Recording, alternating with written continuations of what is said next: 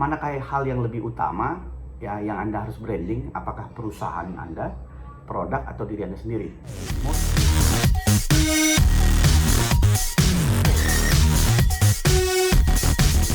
Mostly mayoritas yang jawab adalah diri sendiri, dan 100%, hampir 100% ya, tidak ada jawaban yang lain. Dan menurut saya itu benar ya, karena memang salah satu kesalahan yang terbesar dari pebisnis jaringan adalah dengan cara mereka sering membranding produk mereka ya di sosial media, terutama perusahaan mereka, diri mereka, bahkan mereka tidak branding. Padahal sebenarnya kalau kita mau tahu, ketika orang memutuskan untuk membeli produk ataupun bergabung dengan bisnis Anda, itu mostly karena memang mereka percaya kepada Anda.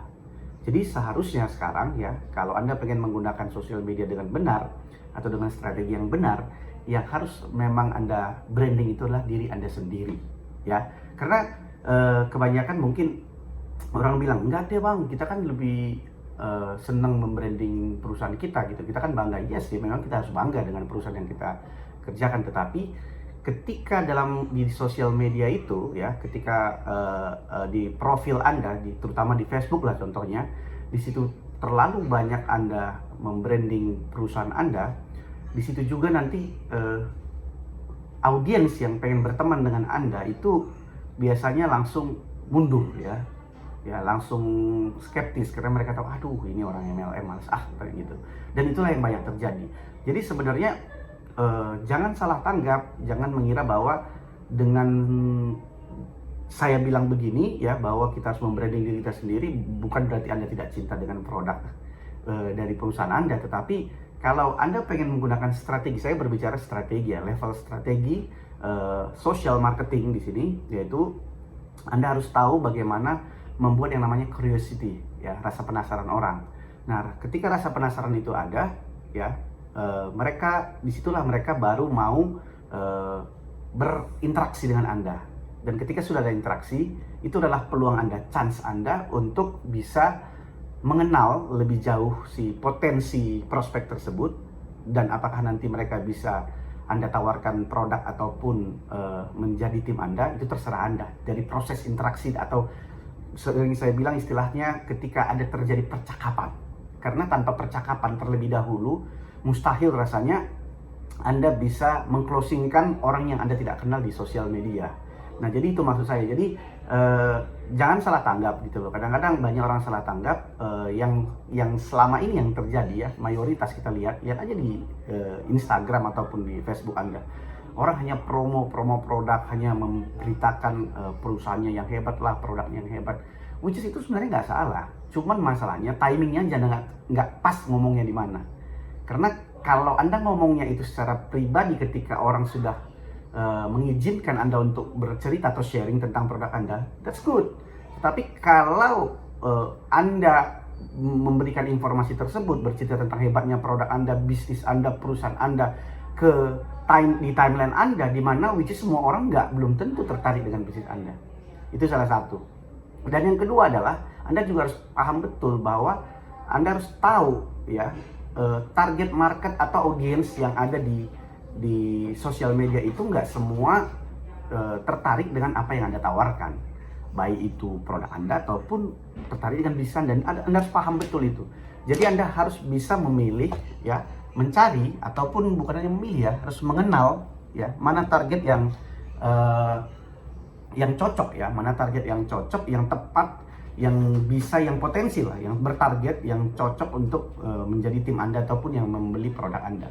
Jadi inilah salah satu kesalahan banyak para pebisnis jaringan saat ini ketika coba untuk menggunakan sosial media ataupun digital.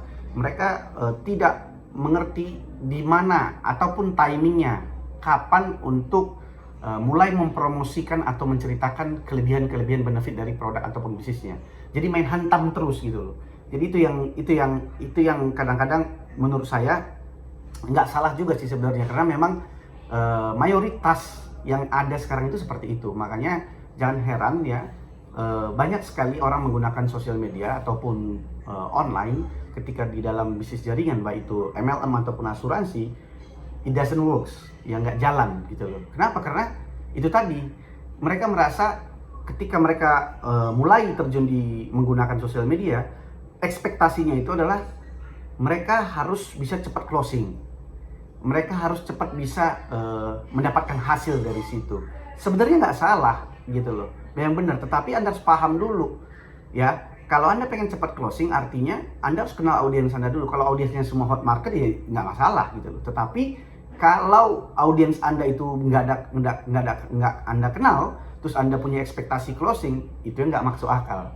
Jadi nggak heran kenapa banyak orang ditolak, ya banyak rejection, bahkan mungkin di unfriend ataupun di block, ya karena begitu, karena mereka nggak paham konsep yang namanya temperatur prospector itu. Ada yang cold, warm, dan hot, dan itu ada di video-video sebelumnya, nanti Anda lihat. Jadi itu maksud saya. Jadi ketika Anda paham sudah apa yang Anda harus lakukan ketika Anda mulai menggunakan sosial media, itu akan membuat Anda jauh lebih confidence ya, bahwa ketika Anda terjun dalam sosial media, goalnya Anda sebenarnya terlebih dahulu bagaimana Anda mempunyai daftar nama calon prospek sebanyak-banyaknya yang bertarget.